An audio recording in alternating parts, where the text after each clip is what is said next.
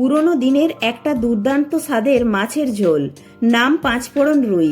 নমস্কার বন্ধুরা, Priyanka's bright story চ্যানেলের আরেকটি দারুণ স্বাদের রেসিপিতে সকলকে স্বাগত জানাই। পাঁচফোড়ন রুই একটা পুরনো দিনের হারিয়ে যাওয়া রেসিপি, যেটা গরম ভাত দিয়ে জাস্ট ফাটাফাটি লাগে। মশলা বাটাবাটির ঝামেলা ছাড়াই এই মাছের ঝোল খুব সহজে বানিয়ে নেওয়া যায়। ভিডিওটি ভালো লাগলে লাইক, শেয়ার, কমেন্ট, সাবস্ক্রাইব করে পাশে থাকার অনুরোধ রইল। নতুন বন্ধুদের স্বাগত জানিয়ে, পুরনো বন্ধুদের ধন্যবাদ জানিয়ে শুরু করছি আজকের এই পাঁচফোড়ন রুই রেসিপি।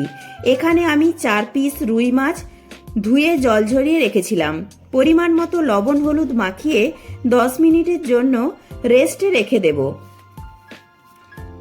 এবার একটি ছোট বাটিতে দিয়ে দিচ্ছি 1.5 ইঞ্চির মতো আদা গ্রেট করা, আর দিচ্ছি হাফ চামচ হলুদ গুঁড়ো, ধনে গুঁড়ো 1 চামচ, জিরে গুঁড়ো 1 চামচ, হাফ চামচ ঝাল লঙ্কার গুঁড়ো, হাফ চামচ কাশ্মীরি লঙ্কার গুঁড়ো।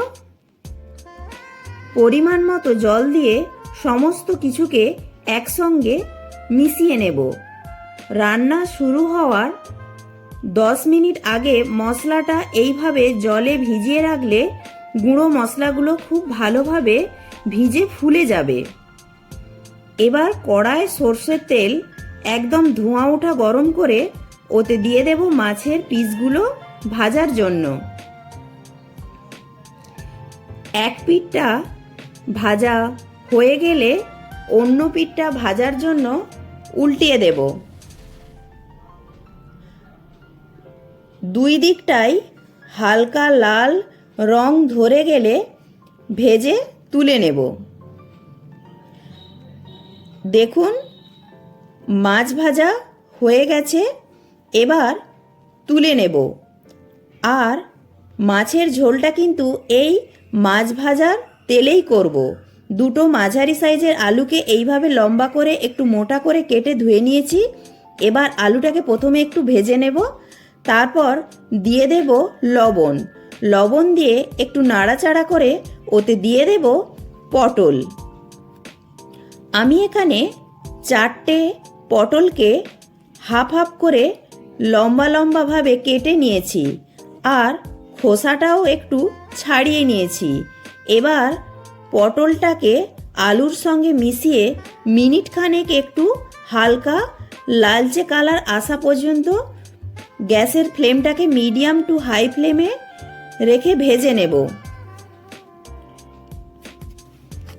এবার দিয়ে দেব একটা টমেটো টুকরো করে কেটে নেওয়া। টমেটোটা দিয়েও আরও মিনিট খানেক একটু নাড়াচাড়া করে নেব। এবার যখন দেখব আলু, পটল, টমেটো ভাজা ভাজা হয়ে একটু নরম হয়ে গেছে, তখন অ্যাড করে দেব সেই মশলা যেটা আমি জলে গুলে রেখেছিলাম। এখন গ্যাসের ফ্লেমটাকে মিডিয়ামে রেখে মশলাটাকে বেশ ভালো করে কষিয়ে নেব।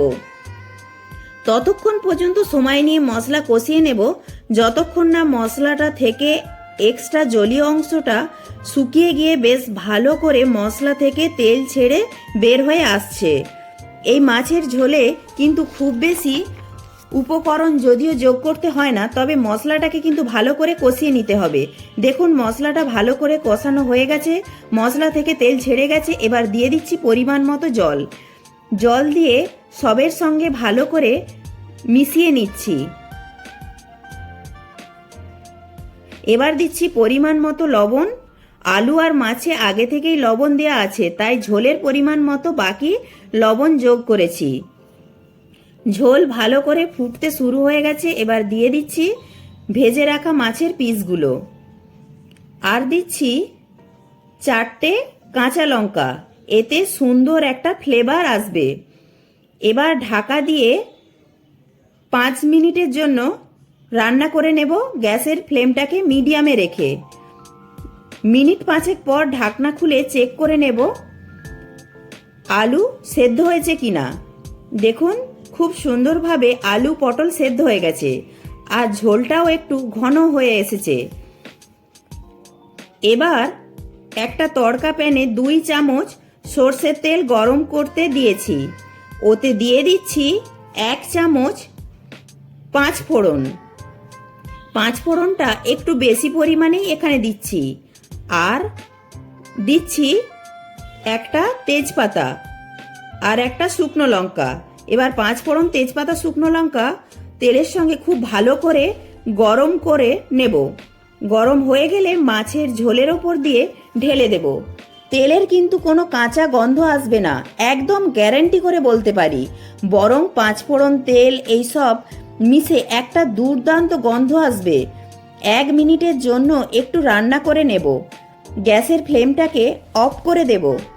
এবার দুর্দান্ত স্বাদের পাঁচ ফোড়ন রুই পরিবেশন করার জন্য গরম ভাত দিয়ে একদম রেডি। বাড়িতে অতি অবশ্যই একদিন ট্রাই করুন আর কমেন্টে জানাতে ভুলবেন না রেসিপিটি আপনাদের কেমন লাগলো। ভালো যদি লেগে থাকে বরাবরের মতো লাইক, প্রচুর প্রচুর শেয়ার করতে ভুলবেন না যেন। যারা এখনও প্রিয়াঙ্কাস ব্রাইট স্টোরি চ্যানেলটি সাবস্ক্রাইব করেননি, অনুরোধ করব চ্যানেলটি সাবস্ক্রাইব করে এই পরিবারের সদস্য হয়ে যাওয়ার জন্য। সবাই ভালো থাকবেন, সুস্থ থাকবেন। দেখা হবে পরের রেসিপি নিয়ে।